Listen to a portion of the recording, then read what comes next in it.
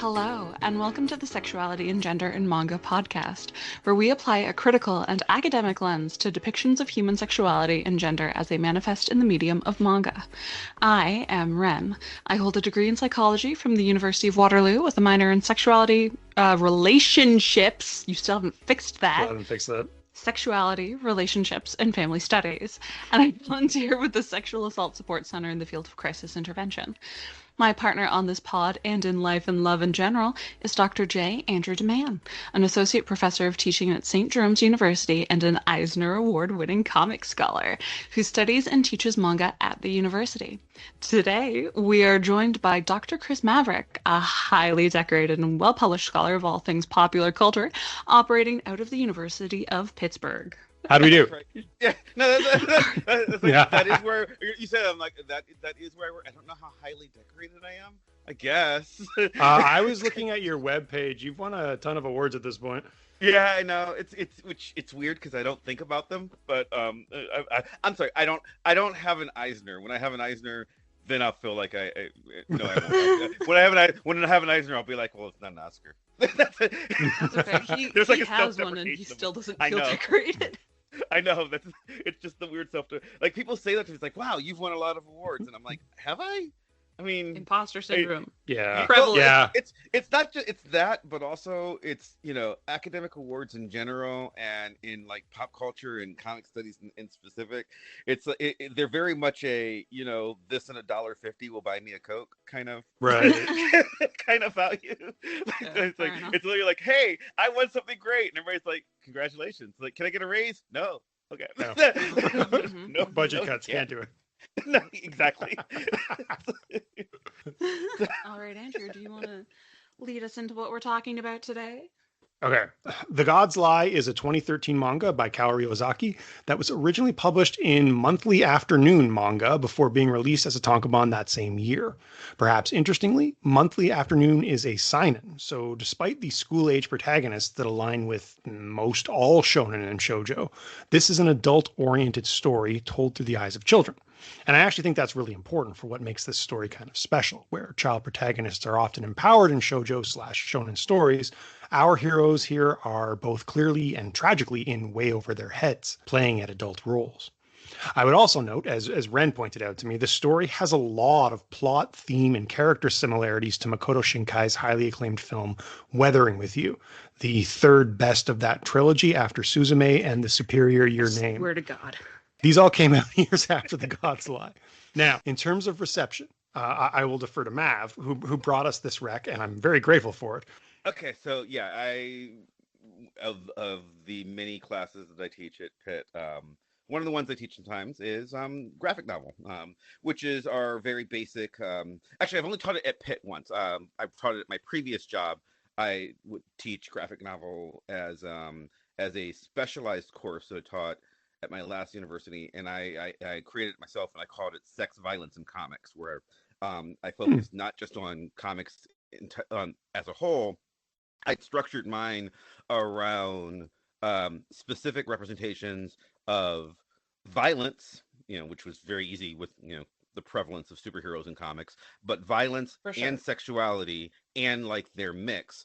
And so I would start with like the pulps, and then I'd work my way through the history of comics, and kind of we'd go into superheroes, but we could also go into fantasy. But when I moved over to Pitt, we just have a regular graphic novels class, so I had to revamp it, and I had to go not just American. So I wanted to teach manga, and I wanted to teach something that there is originally, the last person who taught the class before me would teach things like My Hero Academia or One Piece, and I'm like, these are things that kids have read, and I was like, what can I find that no one has read before? And so I just kind of went looking through things that had some bit of acclaim, but people were not doing and everybody reads this, and I don't know how I came across this one, just kind of looking at some best of lists somewhere, and I was like, I've never heard that one, but I thought the cover looked cool, so I was like, let me buy this one. I went over to my local comic shop, and I got myself a copy, and I was like, this is amazing. And so I loved it, and so it ended up on my list. And at the end of the year, I finished off the last day of class with doing a tier list.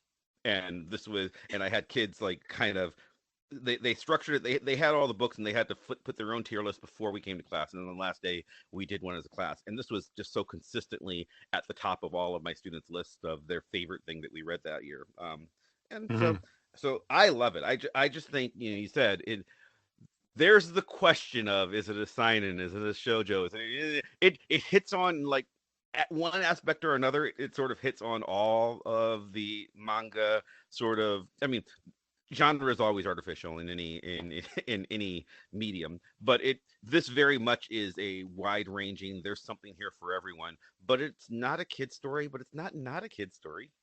Yeah, it's like a story about kids, right? Yeah. I mean, well, okay, so would I give this to a 5-year-old? No, but a No. precocious No. 13-year-old, sure. You don't You want know, you don't want you don't want a 5-year-old burying their grandfather in the backyard? no, What? no, but this is the kind of story that I would have loved at 12 or 13. If I were these kids' age, I would have been like, oh yeah, this is a real book. It goes dark. It Yeah. goes so dark. Yeah, again, that feeling of being overwhelmed and in over their head, I really like in this story, and I really like the way that the characters are playing at something that they want, but they don't have the capacity for yet. Hmm. Do you know what I mean? Like it really explores maturity for me in that light. I like that it doesn't look down on them. One of the things Yeah. For that's really sure. hard about literature about children's, and I'm going to about children, and I'm not going to say children's literature here because it's actually different. Children's literature, a really good Mm. YA story. As we record, Stranger Things just ended, right? A really good YA story is very much a kids on bikes, right? Kids who the kids know what's going on, the adults are idiots, and, like, Yep. let the kids work this out. Is just like a classic trope that goes not just like a modern. I mean, we're talking Tom Sawyer, right? Like going all the way back, like this just the kids know what's going on, the adults are incompetent, and let us solve these. And a lot of modern YA stuff tries to do that. But when we write adult books about children, we often write down on them. Well, kids don't know anything. They're dumb. This doesn't do that. This is three, but really two. I mean, she's got a younger brother, but it's two kids who are in a very grown up situation, Mhm. because they're trying to hide the fact that she's been abandoned. They're trying to hide the fact that the grandfather died. They don't want to, they've got to figure out how to live in a grown-up world without being discovered. But they know they're not adults, and they're not Hmm. trying to be adults. They're just trying to maintain. Because the other thing that's fascinating is there's a what I consider a very, very touching love story that kind of goes throughout this book. And it is a story about love, about first love. It's about sexuality, and yet it's about two kids who don't know the first thing about love or sexuality. Just that they feel it, and it feels real, and Right. it feels organic, and it doesn't feel like I'm trying. I can't even think of a good example, but there are a lot of lesser books which would be like, well, this isn't, they don't know what they want. This isn't real, and this does not do that.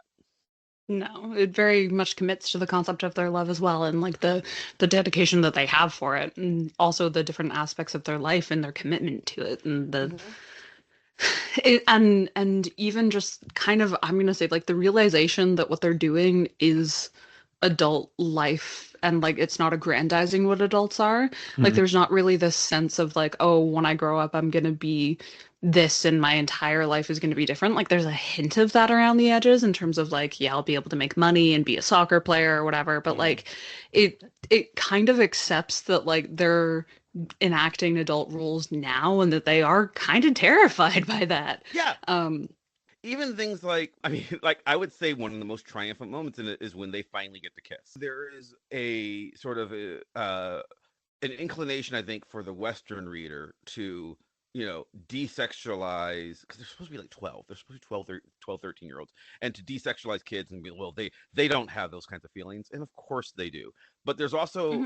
on the other Mhm. hand, there's the inclination to be like, oh, and then they were immediately doing it, right? Like they're not going to do that either. They're 12, No. right? Like Yeah. they are children, but it is very real, and you feel like, or at least I feel when I read it, that Rio and Natsuru just, they want this. They really do Yeah. want to be together. And I don't I don't know that they even mechanically know how sex works.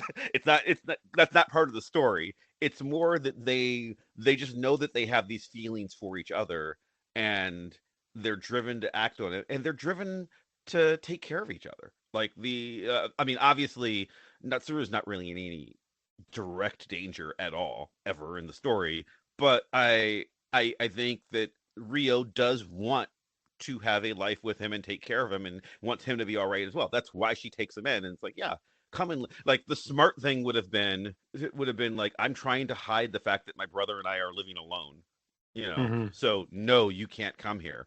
But she's lonely and she likes him, and the boy she likes is taking an interest in her, and like, and wants to, help, wants to play house with her, and so she allows it to happen.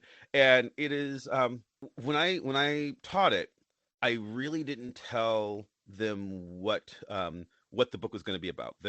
My students had read, they'd read one Fruits Basket story, and they'd read one Lone Wolf and Hmm. Cub, and that was like their intro to manga. Like I tried to give them some opposite ends of the spectrum, right? And Yeah. then I was like, and then Good here's the picks. graphic novel we're gonna yeah, right. We had the first issue of Fruits Basket, and then we had the first issue of Lone Wolf and Cub, and then I was like, all right, now for something completely different, and no one knew what they were expecting, and with few exceptions, there were 35 kids in that class, so no one's gonna, you know, I'm not gonna have a universal opinion, but 35 kids in that class, and 30 of them just loved it, right? Like they're just like, this Yeah. absolutely amazing.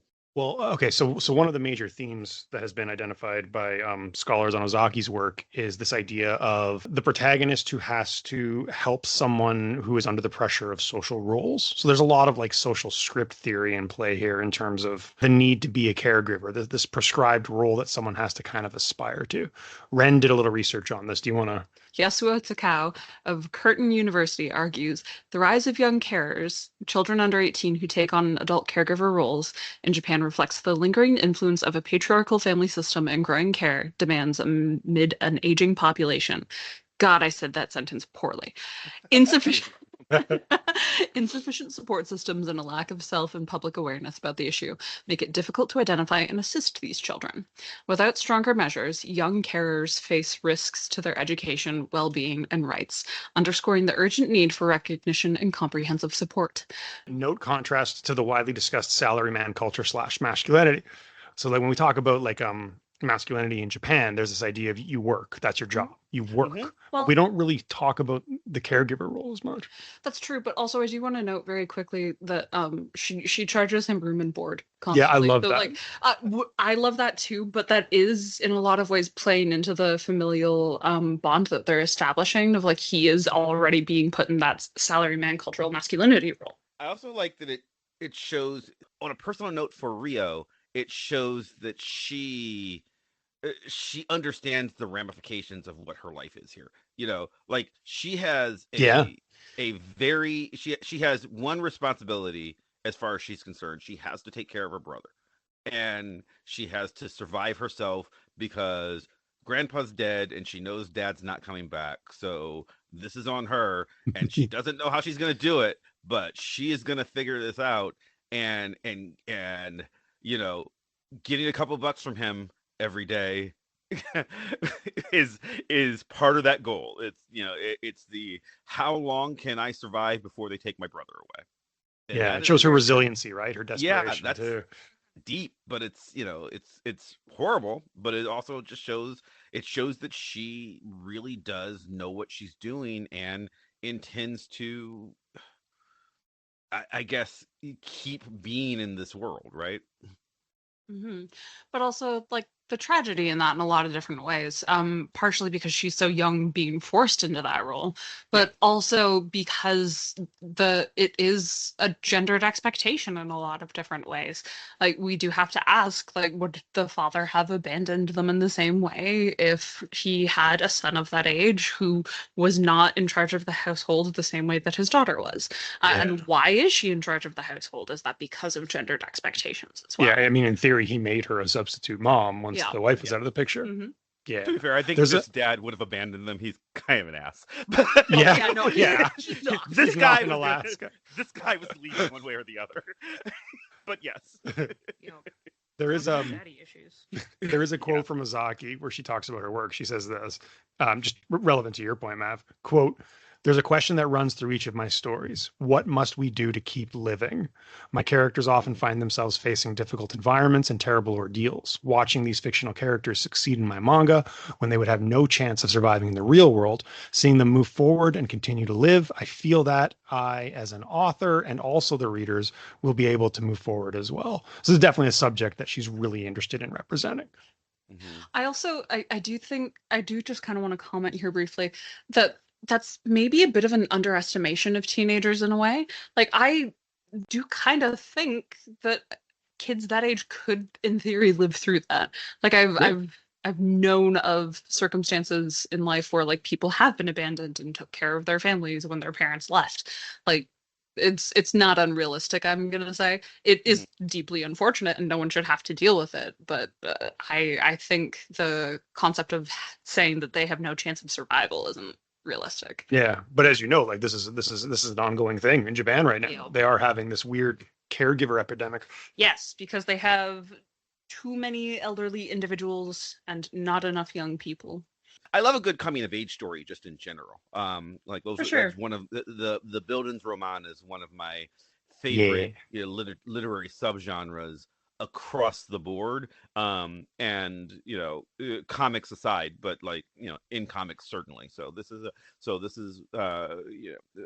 also have a love of on Andrew and my old show we talked about sex farces, for instance. We were talking about it Yeah. in terms of comics Excalibur, but like I love movies like the American Pie series or the Breakfast Club, things where you're really sort of talking about the weird liminal space of I am, I am not a kid. These are not children. Yeah. But they're also not quite adults. And you know, 200 years ago, maybe we had people go, "Okay, you're 14 now, time to make your way in the world." But in the modern world, we've sort of given up on, making people adults just because they've gone through puberty, and we've sort of created a world where they're allowed to be teenagers, or for lack of a better term, even though I think these kids are slightly too young for that, but they're Yeah. but they're not little kids. They are functionally capable of surviving, from a genetic point of view. They're Yeah. strong, they're but not from a social point of view. And so that's what I thought makes it Mhm. interesting. And I like that they've got a baptism of fire to figure this out now. I really like that. I don't know if this was intentional or not, but I like the inherent symbolism of Natsuru is supposed to be at soccer camp, but Mhm. instead he goes to raise a family. Do you know what I mean? Like Yeah. that contrast between the child and adult role. Don't Yeah. take don't take credit away from Rio. And not to diminish Yeah. soccer as a sport either. What? Yeah. Well, I'm not. I don't feel strongly about soccer enough for that. It just kind of hammers on the contrast for me a little Yeah. bit. For My, sure. my question that I think is maybe about the particulars of this story that might kind of have some broader implications. I would argue that Natsuru is interested in Rio originally romantically, and then the father role sort of becomes attached to that. My Mhm. question is, because I think this has implications to the symbolism, does Natsuru end up choosing the father role, do you think, or does he have it thrust upon him? I think he chooses it, and the reason I think he chooses it is because he's not.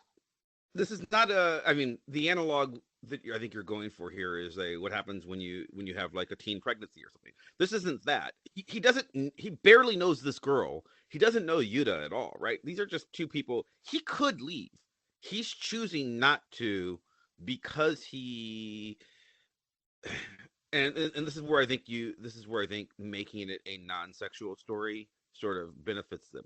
He's not Yeah, I just think it's doing it important. to yeah, well, he's not just doing it just to get laid, right? Yeah, exactly. I think the simpler version of this story makes them 15 or 16, and he's just like, well, I'm horny and I like her. I think I can do this. Like it's not that. I don't think he's emotionally developed enough to know that he might want sex from her.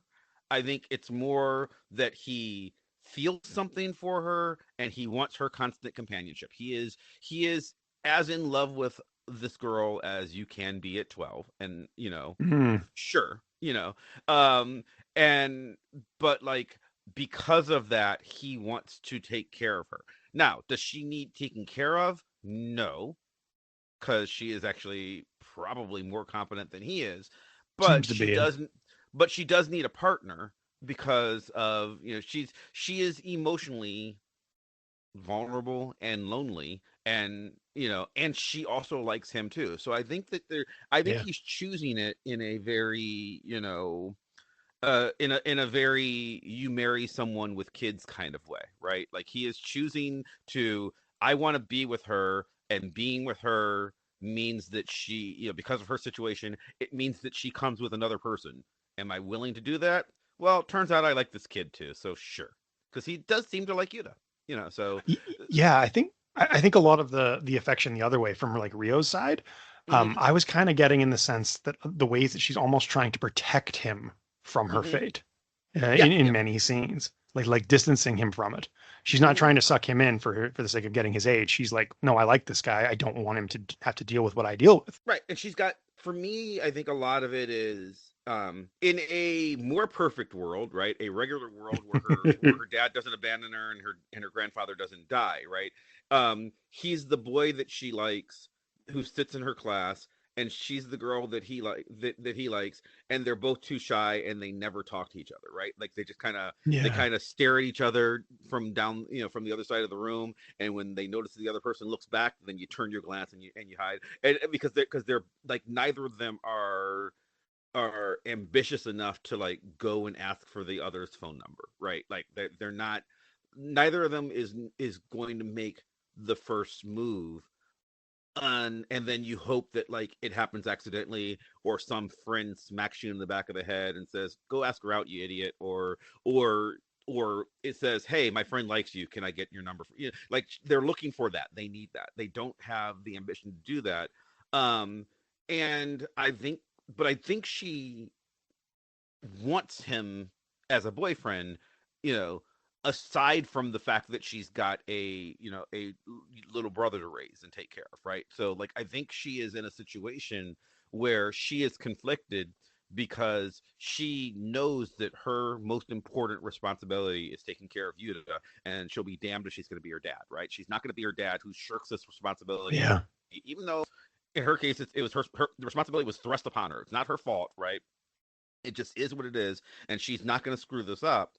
But I also think that she is still, a young woman, a girl, a tween. She is a 12-year-old girl with needs, with emotional needs and growing sexual needs. And she, there's a boy that I like, and that's confusing at the best of times. And even though she's not in the best of times, and even though she has everything in her being that's going to make her live up to this responsibility that was thrust upon her, the desires of a 12-year-old girl don't just go away. Yeah, I think you get that a lot too. And just like she's raising a child, she's in this maternal role, but she's Right. also in school. You know what I mean? She's surrounded by people who have the life that she's being denied. Yeah, and I think that's got to matter. And I was never a 12-year-old girl, right? But I was 12, and I never had to, and I didn't have to raise my little brothers when I was 12, right? Like my mom was around, right? But there are still, my mom was around, but she was a single mom, which puts more responsibility on us. There were, as a kid, I had to like make lunches for my little brothers and make sure that they got off to school because my mom had already gone to Mhm. work, that sort of thing. And that's the responsibility that I can handle at 12, right? Like I'm not a parent the way she is. I did want to talk a little bit about the ending, Good because I ending. think it provides the moral of the story. The Mm-hmm. idea at the very end, why do the gods lie? And we're told that the gods lie because we ask them to, Hell yeah. because we need that. Now, the implication there,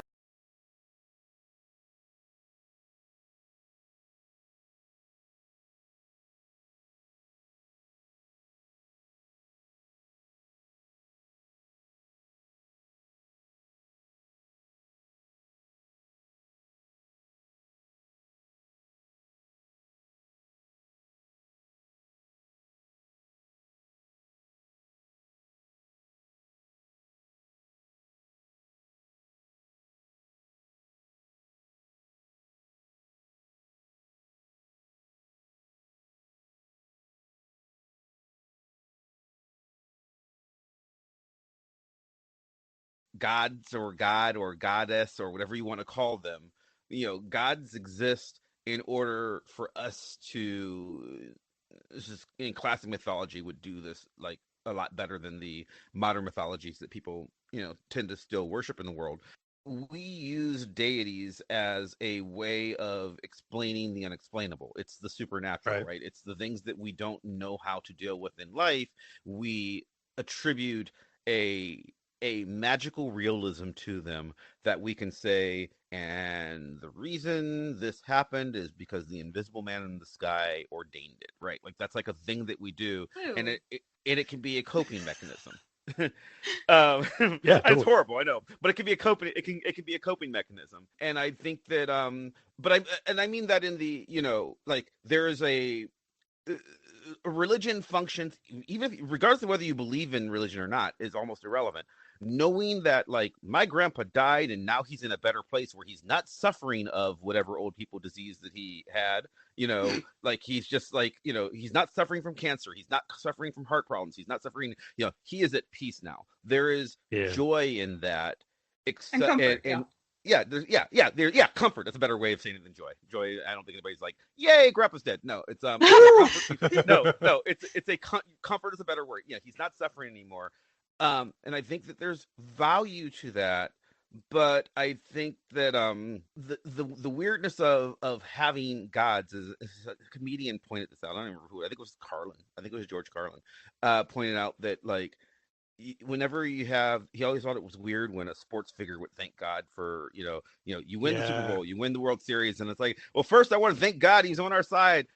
So like you're essentially saying God hates the other guys. Yep. Like that's the argument you're making. You're making this argument that like God God is made me fumble the football. right. God has a perfect record. He always likes your team and he never likes the other team. And sometimes, and like, so on the days where you lose, that means you pissed off God. Like the logic there doesn't Good. work. Right. It doesn't work. But like we find a God comforting. That's the joy of it. Except for what do you do in a situation like this book where, you believe in a God who's helping you get through it, but he just put her in the absolute worst situation ever. And then the end of the book is, and you're gonna be separated. And so, I mean, I guess there's hope Yeah. at the very end of the book, right? Like, but like after all this, after these two kids proving that they can get by, no, she goes to social services anyway. Which Yeah. That's it. certainly she's better off, right? Like certainly it's better for, and it's implied that no, we're going to keep her and her brother together. They're going to get to they're better off now. So good, but like still, it's just a. I don't know if they're given everything that I just said about how religion works like psychologically. I don't know that the book is giving you the best version of that, right? Like if I think that religion is good because it allows me to believe that now grandpa is no longer suffering, now mom is no longer suffering, now my daughter, whatever person died is no longer suffering, great. Except that like the grandfather died here and then the dad abandoned them and her life went to hell. And then Yeah. Yep. the one way she had of like of fixing that was her little boyfriend and her made the best of it, and then like reality sets in and then rips them apart. That's not the most pleasing version of God. So now Right. is religion this beautiful lie that like that was better than the reality, or are they in a better place now because this is not the story where they became wards of the state and they were worse off. As far as we can tell, and we get like 15 pages, tops, post them to getting discovered, and 10, 15 pages. But as far as we can tell, they basically are better off now. Like it's not like she might not be happy being separated from Who needs Natsuru, happiness? but they are clearly better off because she cannot raise a little child on her own. Yeah. And then the thing I kind of want to just add and comment here is kind of in relation to gender roles. We could kind of view them in the same concept as religion, right? Like that they are a comfort to us, that there is a social script there that when we adhere to can be comforting and a source of meaning for us in a lot of different ways. We can ask, well, what does it mean to be a woman, and point out particular different things like maternity and caregiving. Is that a false creation? Yeah, it's definitely a lie in a lot of different ways. Religion, depending on who you ask, is not. Sure. Some of them might punch you. Some of them might punch me. I'm very punchable sometimes. Jesus, that sounds scary. Yeah, I was gonna say. I don't know. There was a story there that I don't know. Wow. We create a lot of roles for ourselves in the world in order to find meaning and this sense of belonging. And gender roles are very much serving the same thing that religion does for a lot of people. It's a source of comfort. This is who I am because it's who I'm supposed to be, kind of conceptualization. And so I would argue as well that like they are in a way practicing the kind of religion by enacting the gender roles that they've been assigned or ascribed.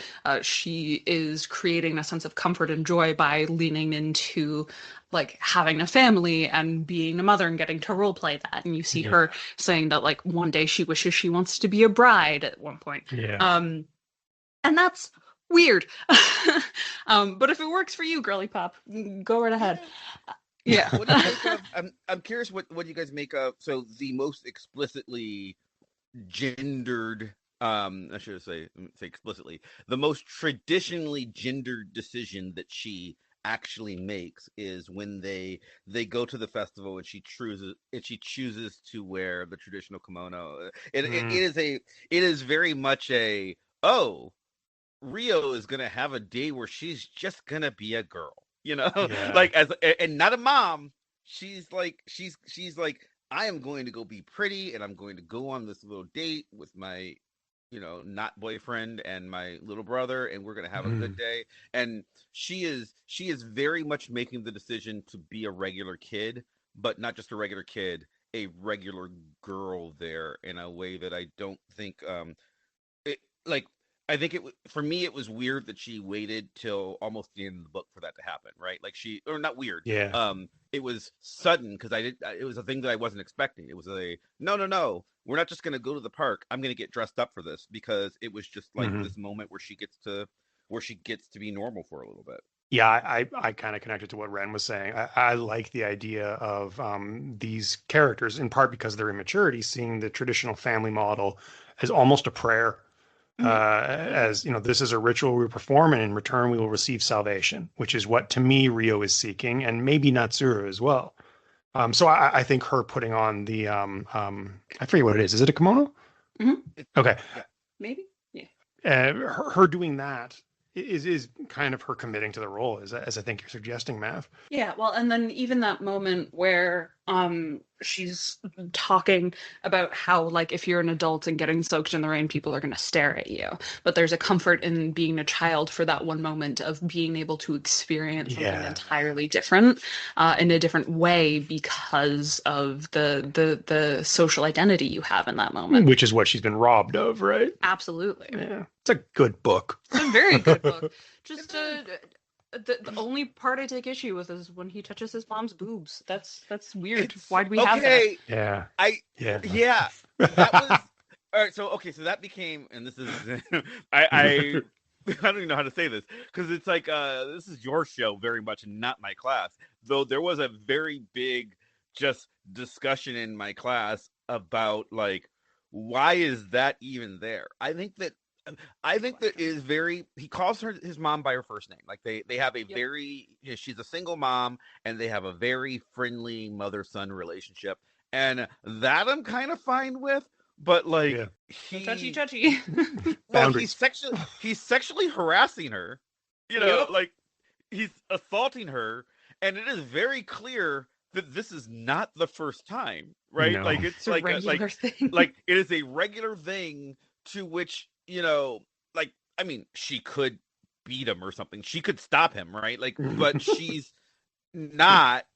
But like, she also doesn't exactly seem comfortable. Like it's weird because I'm not sure if she's supposed to be in on the joke or not, but it was very uncomfortable for literally that was the part where everybody's like, what is going on here? Are they Yeah. sexually involved? And I'm like, no, I don't think so. I don't think I so think either.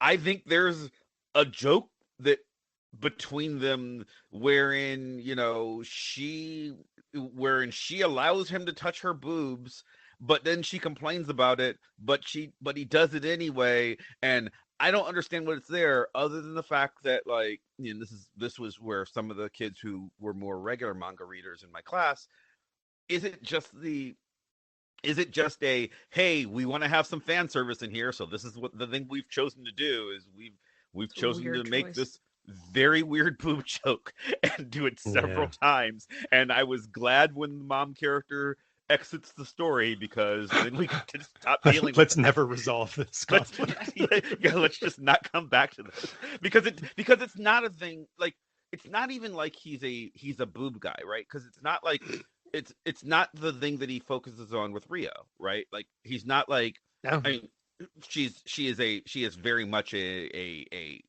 not yet developed tween, which but like it's not like the very classic way of doing it would be and they have parts where he's like going to the bath and the bathroom and they're living together and they're sleeping in the same bed and you think that he'd be like, oh my god, what if I get to see her boobs?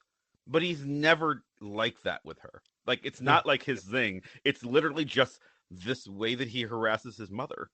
I don't know. I All swear. I know is that Freud would have a field day with it. Yeah. Yeah. I don't know. Best But day yeah, of my that life. was something we never worked out other than like it did give us an opportunity to discuss the concept of fan service in my class. So yay? I don't know. Okay, yeah. Well, is there any other place that the people can check you out, Mav, and listen to the Uh, wonderful I would things you have to yeah. say? I would like to say at this point, Mav, you could probably just say the internet based on how many things you're on a I'm regular basis. I'm no on a regular basis. I'm okay. Despite this week, the fact that I'm recording like 3 shows this week, I'm recording another guest spot on another show tomorrow. But typically I'm on far fewer podcasts than I used to be. I only host one regularly right now. I am the regular host of the Vox Popcast, VOXPOPCAST.com. Because I, for some reason, always think that, hey, what if I had a show that was hard to spell? That would be great for SEO. And, and I also discuss, but I've been hosting that for I guess like 8 years now. I think we started in Dang. 2018. 400 We've episodes. we've done over 400 episodes, and it is a weekly pseudo academic roundtable pop culture analysis with drinking and swearing. It is we have a topic every week. The most recent as we record this episode is we talked about Stranger Things. So to talk about Ooh. more kids on bikes, we did our Stranger Things finale episode that we recorded a couple days ago.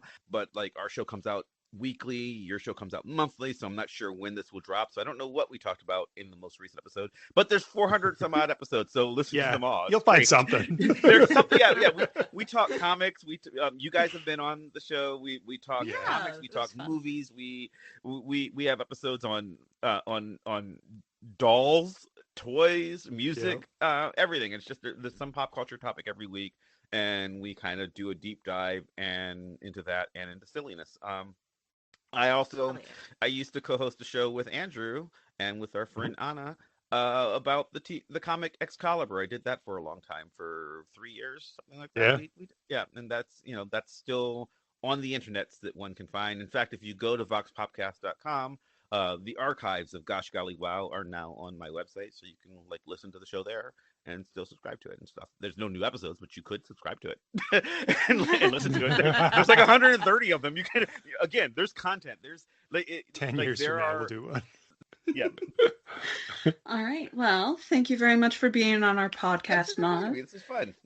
Yeah, it was great. And then, Andrew, what are we talking about next time? I was going to remind you to do it. You can do it. No, I don't actually remember what we're talking about next time.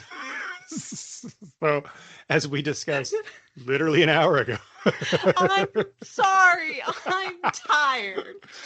I suggested that we might do Spy Family. Yeah. And talk about it very similar to what we talked about today, the idea of the fantasy of the nuclear family and how it contrasts to lived reality, or reality in which attractive assassins and spies pretend to love each other.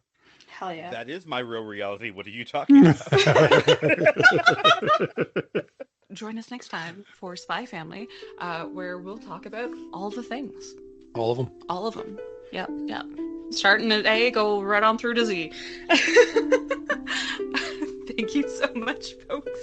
Have a great day, I guess. I don't know.